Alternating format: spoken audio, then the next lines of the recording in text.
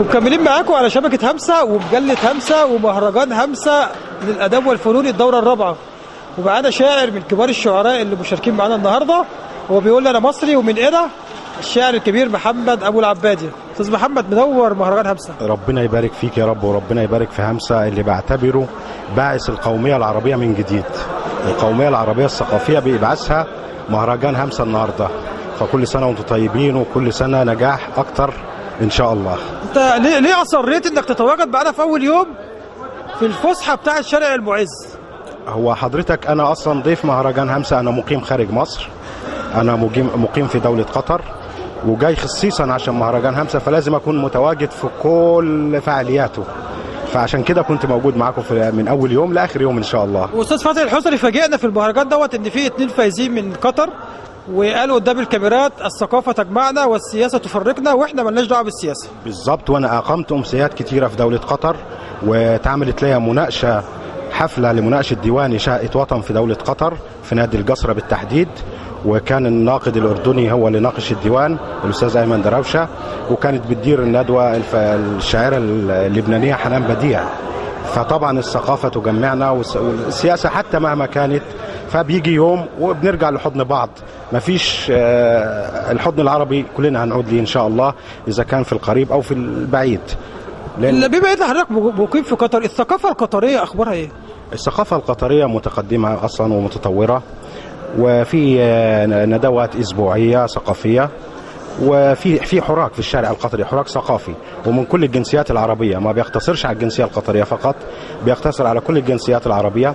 يعني أنا شخصيا عملت 3 أمسيات شعرية في دولة قطر في نادي الجسرة، وده طبعا نادي شهير جدا، وزاروه كبار الأدباء زي الأستاذ عبد الرحمن الأبنودي رحمة الله عليه، والشاعر الكبير أحمد فؤاد نجم، والشاعر فاروق جويدة، ووزير الثقافة الأسبق فاروق حسني. فنادي شهير يعني على مستوى الوطن العربي، أسس سنة 1960. ففي حراك ثقافي في دولة قطر، وبنحاول نجمع اللي بتفرقوا السياسة، بنحاول نجمعه بالثقافة، وده هدفنا طبعا كمثقفين عرب. امبارح في الندوة الثقافية أكثر من 30 شاعر وأديب على مستوى الوطن العربي طلعوا على منصة الإلقاء. لولا ذكر اسم الشاعر والدولة ما كناش هنعرف هو منين. ما هو ده عشان كده أنا قلت لحضرتك الأستاذ فتحي الحسري باعث القومية العربية من جديد بعد وفاة الزعيم عبد الناصر. فأنا بعتبر الأستاذ فتحي الحسري هو باعث القومية العربية وخصوصا الثقافية في عصرنا الحديث. فده كان شيء مبهر وشيء جميل ان يكون معنا من كل الوطن العربي، من اكثر من 12 دولة، المغرب، تونس، الجزائر، الاردن، قطر، لبنان، عمان، السعودية، الكويت. فدي حاجة جميلة ان احنا نتجمع على ارض العروبة، على ارض مصر.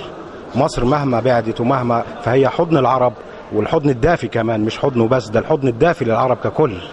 أنا شايفك طبعا ماسك كتابك شهقة وطن، وحاسس إنك عايز تلقي علينا حاجة قدام الكاميرا. والله أنا عايز أقول لحضرتك، هي في قصيدة فازت بالمركز الأول في مهرجان همسة كشعر عامية، هي بتخص اللي بيحصل على الساحة من قتل لجنودنا وعساكرنا، فأنا لخصت ده في قصيدة. طب هنسمع منها أول الأبيات بس علشان القصيدة اسمها حدى السجية. الكل عاود في الأجازة وانت لأ، مع ان امك من بداية النور ما شج، خبزت لك العيش اللي كنت بتعشقه، ذبحت لك البطة السمينة تجوتك، يا عريس وحانت فرحتك، قاعد عروستك في انتظارك يا ولد، والكل قاعد لاجل يحضر زفتك.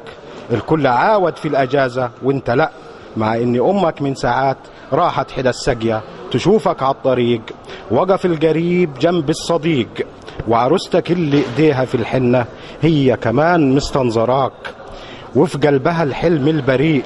طب ليه ما جيتش في الميعاد؟ طب ليه ما جيتش في الميعاد مع اني شفت الكل عاد؟ ايه اخرك عن زفتك او عن خبيز امك يا واد؟ يا صقر قاعد على الحدود، لا كان هجوم للدبابات ولا كنا بنحارب يهود، ولا حتى سكة رجعتك كان فيها مزروع البارود. ايه اخرك؟ ده احنا هنا مستنيين يا ضنايا، قول لي رحت فين؟ وليه صحابك حزنانين مع اني واقف على الشمال؟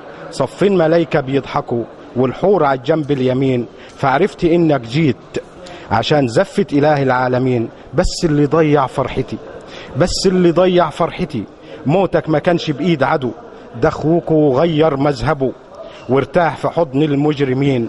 ما فهمش ايه معنى الوطن ولا ايه يكونوا المسلمين.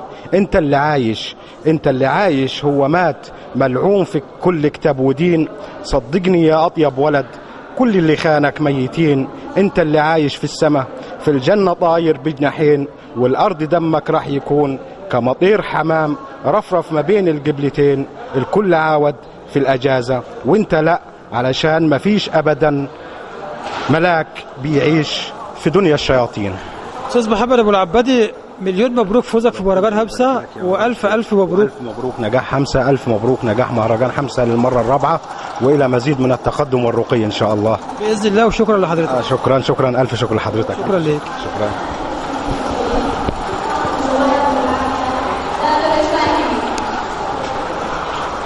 شكرا أستاذ. عفوا على إيه؟